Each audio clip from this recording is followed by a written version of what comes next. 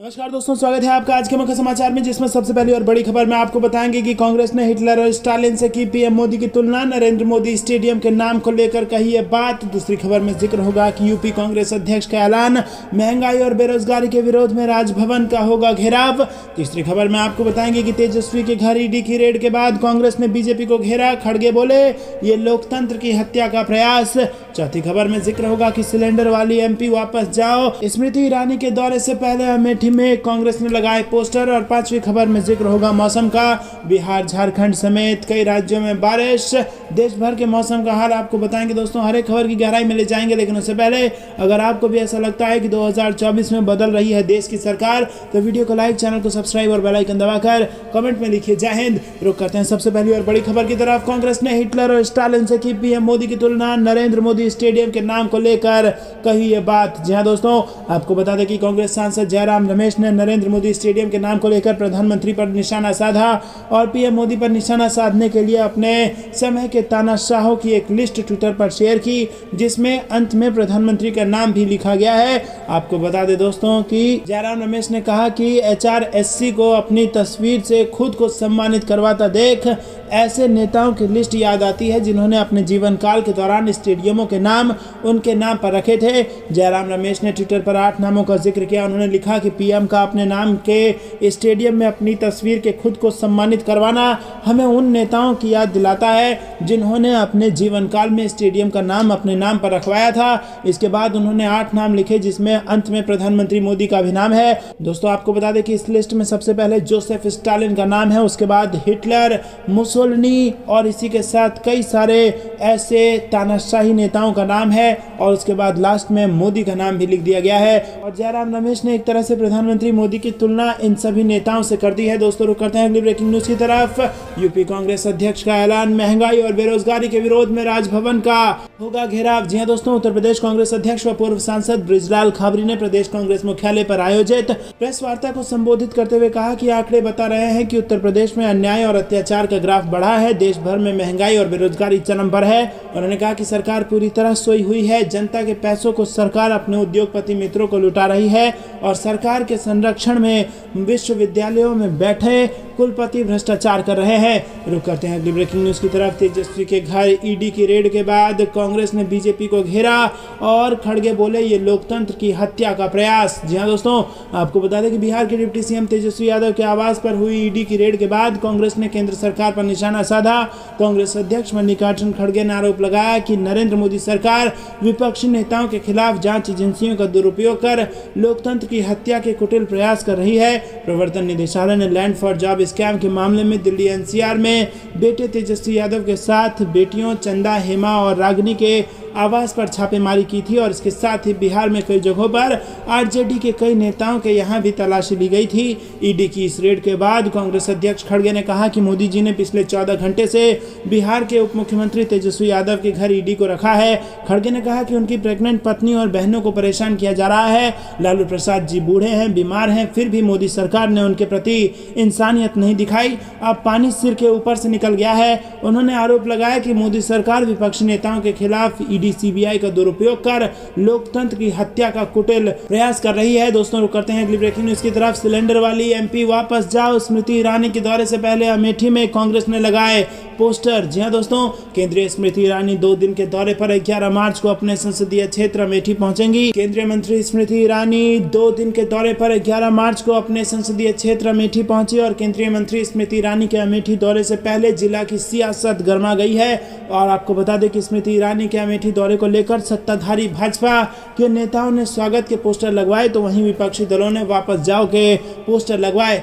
स्मृति ईरानी के अमेठी दौरे से पहले जिले में पोस्टर वार देखने को मिला, और उसके बाद आज भी ये जारी रहा, और जिले के अलग अलग सार्वजनिक स्थलों पर विपक्षी कांग्रेस ने स्मृति ईरानी के दौरे के विरोध में पोस्टर लगवाए हैं। और कांग्रेस की ओर से लगवाए गए पोस्टर में स्मृति ईरानी की सिलेंडर लेकर सड़क पर प्रदर्शन करते हुए तस्वीर छपी है, और इन पोस्टर पर स्लोगन भी लिखे हुए हैं। कांग्रेस की ओर से लगवाए गए पोस्टर में सिलेंडर वाली सांसद वापस जाओ, गैस के दाम पर काबू पाओ के साथ ही जय कांग्रेस तय कांग्रेस का नारा भी लिखा है।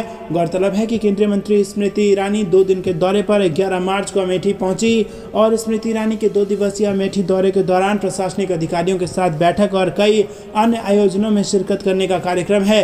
रुक करते हैं अगली ब्रेकिंग न्यूज की तरफ। बिहार, झारखंड समेत कई राज्यों में बारिश, देश भर के मौसम का ऐसा है हाल। जी हां दोस्तों, देश के अधिकतर हिस्सों में गर्मी की शुरुआत के बीच मौसम विभाग ने पहाड़ी राज्यों में बारिश और बर्फबारी की बात कही है। साथ ही मौसम विभाग ने पूर्वी भारत के राज्यों में बारिश के आसार जताए हैं। मौसम विभाग की माने तो 12 मार्च की रात से एक ताजे पश्चिमी विक्षोभ का असर पश्चिमी हिमालयी क्षेत्र में नजर आएगा। देश की राजधानी दिल्ली में 11 मार्च को न्यूनतम तापमान 15 डिग्री और अधिकतम तापमान 32 डिग्री रह सकता है। वहीं दिल्ली में आंशिक तौर पर बादल छाए रहेंगे। मौसम विभाग की माने तो आने वाले दिनों में तापमान में मामूली उतार चढ़ाव नजर आएगा। साथ ही दिल्ली में 14 से 16 मार्च के बीच बारिश की गतिविधियां भी देखने को मिल सकती है। उत्तर प्रदेश की राजधानी लखनऊ में न्यूनतम तापमान 18 डिग्री और अधिकतम तापमान 33 डिग्री दर्ज किया जा सकता है। रुक करते हैं ब्रेकिंग न्यूज की तरफ। परिवार और करीबियों पर ईडी की दबिश के बाद लालू बोले, बीजेपी आरएसएस के खिलाफ वैचारिक लड़ाई, घुटने नहीं टेकूंगा। जी हां दोस्तों, पहले सीबीआई की पूछताछ और अब ईडी की दबिश के बाद लालू यादव ने अपनी चुप्पी तोड़ दी है। उन्होंने ट्वीट कर इस मामले पर कड़ी प्रतिक्रिया जताई और मोदी सरकार पर निशाना साधते हुए आरजेडी सुप्रीमो ने लिखा कि संघ और भाजपा के विरुद्ध मेरी वैचारिक लड़ाई रही है और रहेगी और इनके समक्ष मैंने कभी भी घुटने नहीं टेके हैं और मेरे परिवार एवं पार्टी का कोई भी व्यक्ति अपनी राजनीति के समक्ष नतमस्तक नहीं होगा। इमरजेंसी का जिक्र करते हुए लालू प्रसाद ने आगे लिखा कि हमने आपातकाल का दौर भी देखा है, हमने वो लड़ाई भी लड़ी थी। आधारहीन प्रतिशोधात्मक मामलों में आज मेरी बेटियां, नन्हे मुन्ने नातियों और गर्भवती पुत्रवधू को भाजपाई ईडी ने 15 घंटों से बैठा रखा है। क्या इतने निम्न स्तर पर उतर कर बीजेपी हमसे राजनीतिक लड़ाई लड़ेगी? रुक करते हैं अगली ब्रेकिंग न्यूज की तरफ। मेरठ में किसान महापंचायत में बीजेपी पर बरसे राकेश टिकैत, कहा इनका भी टाइम आएगा। जी हां दोस्तों, पश्चिमी उत्तर प्रदेश के मेरठ में शुक्रवार को विशाल किसान महापंचायत हुआ। इसमें आए हजारों किसानों को संबोधित करते हुए भारतीय किसान यूनियन के नेता राकेश टिकैत बीजेपी पर जमकर बरसे और उन्होंने कहा कि ये सबको एक एक करके खूंटे में बांध रहे हैं, इनके खूंटे उखाड़ने पड़ेंगे, इनका भी टाइम आएगा। गांव से शहरों तक ढूंढ नहीं पाओगे। और बीजेपी पर सीधा हमला करते हुए टिकैत ने कहा कि इस सबको गिरफ्तार करा रहे हैं, इसीलिए इन्हें सत्ता से बेदखल करना होगा। मेरठ के चौधरी चरण सिंह पार्क में आयोजित किसान महापंचायत के लिए राकेश टिकैत ट्रैक्टर चलाकर पहुंचे और टिकैत ने पूर्व प्रधानमंत्री चौधरी चरण सिंह और सुभाष चंद्र बोस की प्रतिमा पर माल्यार्पण किया। इसके बाद मंच पर लोगों ने राकेश टिकैत को 73 मीटर लंबी पगड़ी बांधी और किसानों को संबोधित करते हुए टिकैत ने कहा कि आने वाले समय में वैचारिक क्रांति ही देश को पार लगाएगी। रुक करते हैं अगली ब्रेकिंग न्यूज की तरफ। जयराम रमेश ने बीजेपी पर लगाया बड़ा आरोप, कहा त्रिपुरा में हमारे नेताओं के प्रतिनिधि मंडल पर हुआ हमला। जी हां दोस्तों, कांग्रेस ने शुक्रवार को आरोप लगाया कि त्रिपुरा में भारतीय जनता पार्टी के कार्यकर्ताओं ने उसके और वाम दलों के नेताओं के प्रतिनिधि मंडल पर सिपाही जाला जिला में हमला किया और विपक्षी दल ने यह भी दावा किया कि प्रतिनिधि मंडल के साथ आए पुलिसकर्मियों ने उनके बचाव में कुछ नहीं किया। कांग्रेस महासचिव जयराम रमेश ने एक ट्वीट में कहा कि त्रिपुरा के विशालगढ़ और मोहनपुर में भाजपा ने कांग्रेस नेताओं के एक प्रतिनिधि मंडल पर हमला किया। प्रतिनिधि मंडल के साथ गई पुलिस ने कुछ नहीं किया और उन्होंने कहा कि कल भाजपा वहां विजय रैली कर रही है और ये पार्टी प्रायोजित हिंसा की जीत है। रुक करते हैं अगली ब्रेकिंग न्यूज की तरफ। बिहार भाजपा में बड़ा बदलाव, एक साथ बदले गए 45 जिला अध्यक्ष। आगामी लोकसभा विधानसभा चुनाव के नतीजों को लेकर घबराई पार्टी। जी हां दोस्तों, आपको बता दें कि बिहार बीजेपी में होली के ठीक बाद बड़े पैमाने पर बदलाव कर दिया गया है। पार्टी ने 45 जिला अध्यक्षों को बदल दिया है और सवाल यह है कि क्या आगामी लोकसभा और विधानसभा चुनावों में आने वाले नतीजों और मौजूदा गठबंधन सरकार से बीजेपी डरी है? आखिर क्यों पार्टी ने एक साथ 45 जिला अध्यक्षों को बदल दिया? जाहिर है 2024 का अगला लोकसभा चुनाव और 25 का बिहार विधानसभा चुनाव इन्हीं जिला अध्यक्षों के नेतृत्व में लड़े जाना है। इन जिला अध्यक्षों के नाम की सूची पर नजर डालें तो ये साफ हो जाता है कि इसमें समाज के सभी वर्गों को प्रतिनिधित्व देने की पार्टी ने पूरी कोशिश की है। इनमें अगली जाति से लेकर पिछड़ी और यहाँ तक कि अति पिछड़ी जाति से आने वाले लोगों को भी प्रतिनिधित्व दिया गया है। रुक करते हैं अगली ब्रेकिंग न्यूज की तरफ। ऐसा ही कुछ 2017 में भी हुआ था। तेजस्वी यादव को सीबीआई के समन पर नीतीश कुमार का बयान, कहा वो हमारे साथ आए तो फिर एजेंसियां हो गई एक्टिव। जी हां दोस्तों, बिहार के मुख्यमंत्री नीतीश कुमार ने शनिवार को कहा कि वो सहयोगी आरजेडी के इस तर्क से सहमत है कि हाल ही में आरजेडी सुप्रीमो लालू यादव और उनके परिवार के सदस्यों पर सीबीआई और ईडी द्वारा की गई कार्रवाई राजनीति से प्रेरित है। कुमार ने कहा कि जब महागठबंधन साथ आता है तब केंद्रीय एजेंसियां ऐसा ही करती हैं। मुख्यमंत्री नीतीश कुमार ने कहा कि जिसके साथ हुआ है वो जवाब दे रही है, हम क्या बोलेंगे। शुरू से लेकर अब तक कहीं पर कुछ होता है उस पर हम कुछ नहीं बोलते हैं। उन्होंने कहा कि साल 2017 में हुआ था तो भी हम कुछ नहीं बोले, उस वक्त इन कारणों से आरजेडी और जेडीयू अलग हो गई थी। अब 5 साल बाद फिर से रेड हो रही है क्योंकि हम साथ आए हैं, इसमें क्या ही कहेंगे, कितने साल से रेड चल रही है। रुक करते हैं अगली ब्रेकिंग न्यूज की तरफ। चुनाव से पहले बीजेपी को लग सकता है बड़ा झटका, 2 मंत्री कांग्रेस का थाम सकते हैं दामन। जी हां दोस्तों, कर्नाटक में सत्तारूढ़ बीजेपी को चुनाव से पहले बड़ा झटका लग सकता है और सूत्रों के अनुसार बीजेपी आवास मंत्री वी सोमन्ना और खेल व युवा सेवा मंत्री डॉक्टर केसी नारायण गौड़ा पार्टी छोड़कर कांग्रेस में शामिल हो सकते हैं। दरअसल 1 मार्च को बीजेपी नेता सोमन्ना ने पार्टी के राष्ट्रीय अध्यक्ष जेपी नड्डा की विजय संकल्प यात्रा में हिस्सा नहीं लिया था और बीजेपी सूत्रों का यह भी कहना है कि वो पिछले 1 हफ्ते से बीजेपी की किसी भी कार्यक्रम में बैठक में शामिल नहीं हो रहे हैं। सूत्रों ने दावा करके कहा है कि सोमन्ना को कांग्रेस की तरफ से ऑफर मिला है जिसे वो स्वीकार कर सकते हैं। तो दोस्तों, 2 बड़े मंत्री स्तर के नेता यहां पर बीजेपी का दामन छोड़कर कांग्रेस का साथ आ सकते हैं। दोस्तों, रुक करते हैं ब्रेकिंग न्यूज की तरफ। शिवराज सरकार के खिलाफ 13 मार्च को कांग्रेस का हल्ला बोल, आम जनता के मुद्दों को लेकर सड़क पर उतरेंगे सभी बड़े नेता। जी हां दोस्तों, मध्य प्रदेश में इसी साल होने वाले चुनाव के लिए सियासी दलों की कदम ताल तेज हो गई है। कांग्रेस विभिन्न जन समस्याओं को लेकर 13 मार्च को सड़कों पर उतरेगी और अपनी ताकत का प्रदर्शन करेगी। इस प्रदर्शन में कांग्रेस के तमाम बड़े नेता भी मौजूद रहने वाले हैं। कांग्रेस के उपाध्यक्ष एवं संगठन प्रभारी राजीव सिंह और प्रदेश कांग्रेस मीडिया विभाग के अध्यक्ष के मिश्रा ने बताया कि 13 मार्च को दोपहर 12 बजे बड़ी संख्या में प्रदेश भर के सभी वरिष्ठ नेतागण, विधायकगण और कांग्रेस जन जवाहर चौक पर एकत्रित होकर पैदल मार्च करते हुए राम भवन के घेराव के लिए कूच करेंगे। कांग्रेस नेता के मुताबिक केंद्र की बीजेपी सरकार द्वारा उद्योगपति गौतम अडानी के पक्ष में अपनाई गई क्रोनी कैपिटलिज्म की नीति से गहराए आर्थिक संकट से गरीब और मध्यम वर्ग के करोड़ों भारतीयों की बचत जोखिम में पड़ गई है। देश में बेतहाशा बढ़ती हुई महंगाई, प्रदेश में व्यस्त बेरोजगारी, तनावग्रस्त किसान, अनुसूचित जाति जनजाति, पिछड़ा वर्ग, अल्पसंख्यक वर्ग और महिलाओं पर हो रहे निरंतर अत्याचार बढ़ रहे हैं। रुक करते हैं अगली ब्रेकिंग न्यूज की तरफ।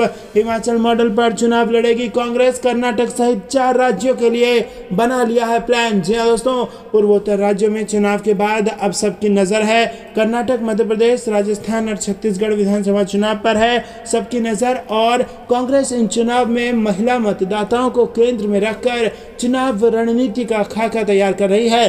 पार्टी को भरोसा है कि हिमाचल प्रदेश की तरह इन राज्यों में भी आधी आबादी भाजपा के बजाय कांग्रेस पर भरोसा जताएगी। कांग्रेस इन सभी प्रदेशों में महिलाओं के लिए अलग घोषणा पत्र जारी करने की तैयारी कर रही है।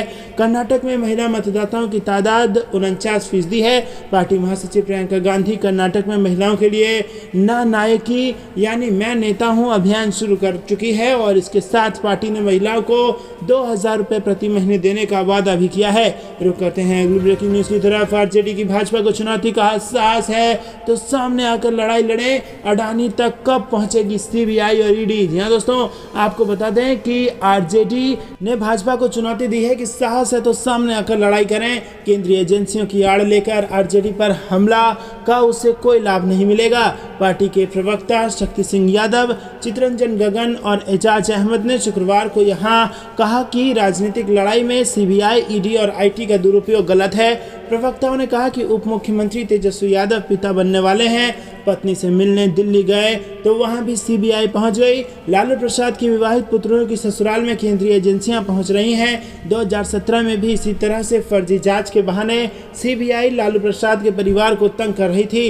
उन्होंने कहा कि उस समय भी इन्हें मुंह की खानी पड़ी थी। जमीन के बदले नौकरी मामले में जब कुछ नहीं मिला तो हरियाणा में फर्जी माल का सनसनीखेज मामला देश के स्तर पर फैलाया गया।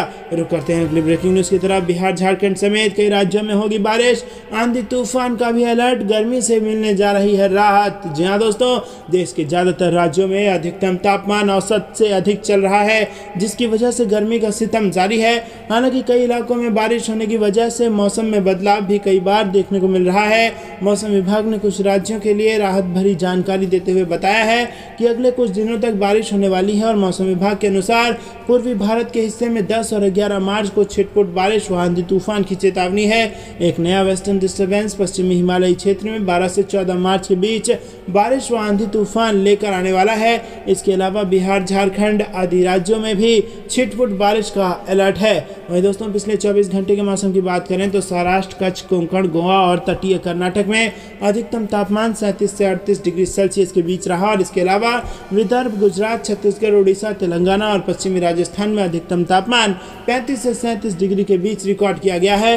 वहीं देश के बाकी हिस्सों में यह तापमान 30 से 35 डिग्री के बीच दर्ज किया गया और इसके अलावा हिमाचल प्रदेश, उत्तराखंड, अंडमान और निकोबार, अरुणाचल प्रदेश, पश्चिम बंगाल, सिक्किम, उड़ीसा, झारखंड, बिहार, पूर्वी उत्तर प्रदेश, हरियाणा, पूर्वी राजस्थान, मध्य प्रदेश और छत्तीसगढ़ में बारिश रिकॉर्ड की गई है और पहाड़ी राज्यों में बर्फबारी भी हुई है। रुक करते हैं अगली ब्रेकिंग न्यूज की तरफ। सरकार केंद्रीय एजेंसियों का राजनीतिक हथियार की तरह कर रही उपयोग, विपक्ष एकजुट हो, पीएम पर डाले दबाव, येचुरी का बयान। जी हां दोस्तों, दिल्ली में महिला आरक्षण बिल के समर्थन में बीआरएस की एमएलसी के कविता के भूख हड़ताल और धरना में शामिल हुए सीपीआईएम के महासचिव सीताराम येचुरी ने कहा है कि सरकार केंद्रीय एजेंसियों का अपने राजनीतिक हथियार के रूप में इस्तेमाल कर रही है। सभी विपक्षी दलों से अपील है कि इकट्ठे हों और प्रधानमंत्री के ऊपर दबाव डालें। सीताराम येचुरी ने कहा कि प्रधानमंत्री ने 9 साल पहले वादा किया था कि वो महिला आरक्षण बिल लागू करेंगे।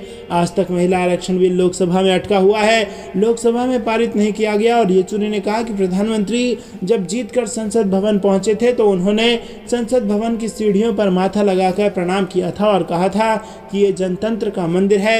येचुरी ने कहा कि उस समय उन्होंने ये भी कहा था कि सबसे पहले हम महिला आरक्षण बिल को लागू करने का काम करेंगे। आज से 9 साल पहले उन्होंने कहा था, क्यों आप महिला आरक्षण बिल लागू नहीं कर रहे हैं? महिला आरक्षण बिल लागू करवाने के लिए सरकार पर दबाव डालने की जरूरत है कि आप इस बिल को लाइए और पारित करें। दोस्तों रुक करते हैं अगली ब्रेकिंग न्यूज की तरफ। जयराम रमेश का बयान, अडानी मामले पर कांग्रेस ने केंद्र पर फिर साधा निशाना। जयराम रमेश ने ट्वीट कर कही ये बात। जी हां दोस्तों, कांग्रेस ने रविवार को केंद्र सरकार पर श्रीलंका में परियोजनाओं के लिए अडानी समूह के पक्ष में लॉबिंग करने और कारोबारी समूह को इस महत्वपूर्ण पड़ोसी देश पर थोपने का आरोप लगाया है। बता दें कि हिंडनबर्ग 24 जनवरी को जारी एक रिपोर्ट में उद्योगपति गौतम अडानी के नेतृत्व वाले समूह पर धोखाधड़ी वाले लेन देन और शेयर की कीमत में हेरफेर करने के आरोप लगाए गए हैं और इसके बाद कंपनी के शेयरों में भारी गिरावट दर्ज की गई है। अडानी समूह पर आरोप लगने के बाद विपक्षी पार्टी लगातार सरकार पर हमलावर रही है। वहीं दूसरी ओर अडानी समूह ने अपने ऊपर लगे आरोपों को खारिज करते हुए कहा है कि वो सभी कानूनों और नियामकीय निर्देशों का पालन करता है।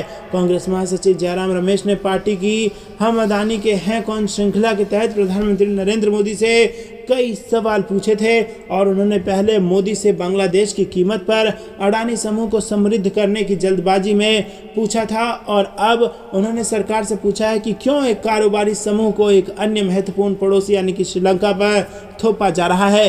रुक करते हैं अगली ब्रेकिंग न्यूज की तरफ। ईडी की कार्रवाई पर लालू की बेटी रोहिणी बौखलाई, बीजेपी को बताया हिटलर, कहा लड़ना जानते हैं डरना नहीं। जी हां दोस्तों, लैंड फॉर जॉब घोटाला मामले में अपने फैमिली मेंबर और संबंधियों पर ईडी की कार्रवाई को लेकर लालू यादव की बेटी रोहिणी आचार्य ने बीजेपी और केंद्र सरकार पर बड़ा हमला किया है।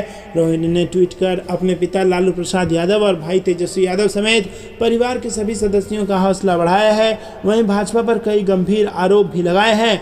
ट्वीट में रोहिणी ने लिखा है कि भाजपा सरकार का यह हिटलर शाही फरमान है, ईमान बेचने का पैगाम है, मगर झुकने को तैयार नहीं बिहार की माटी का जो लालू तेजस्वी लाल है। वहीं दोस्तों आपको बता दें कि एक अन्य ट्वीट में रोहिणी ने लिखा है कि लालू जी और लालू जी का परिवार डरना नहीं बल्कि लड़ना जानता है।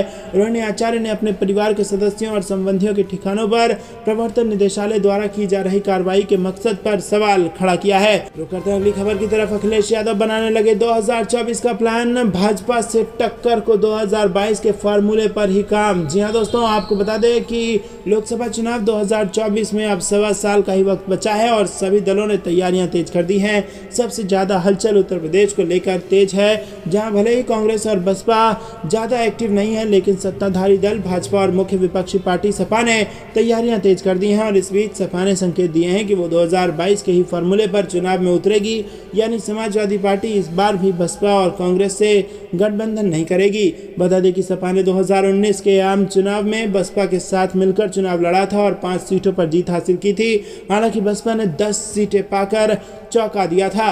दोस्तों रुक करते हैं अगली ब्रेकिंग न्यूज की तरफ। राहुल गांधी के ब्रिटेन दौरे से तिलमिलाई भाजपा। जी हां दोस्तों, आपको बता दें कि राहुल गांधी इन दिनों ब्रिटेन के दौरे पर हैं और भले ही वो बयान विदेश में दे रहे हों, लेकिन उससे सियासत भारत में तेज हो रही है और वो लगातार बीजेपी और आरएसएस पर निशाना साध रहे हैं और अब बीजेपी ने पलटवार करना शुरू कर दिया है। और दोस्तों, बीजेपी और आरएसएस पर इतना जबरदस्त निशाना राहुल गांधी साध रहे हैं कि यहां पर तिलमिला गई है भाजपा और राहुल गांधी पर आरोप लगाने के लिए भाजपा ने पूरी की पूरी टीम उतार दी है। रुक करते हैं अगली ब्रेकिंग न्यूज की तरफ। कर्नाटक का रण विधानसभा चुनाव के लिए कांग्रेस ने कसी कमर।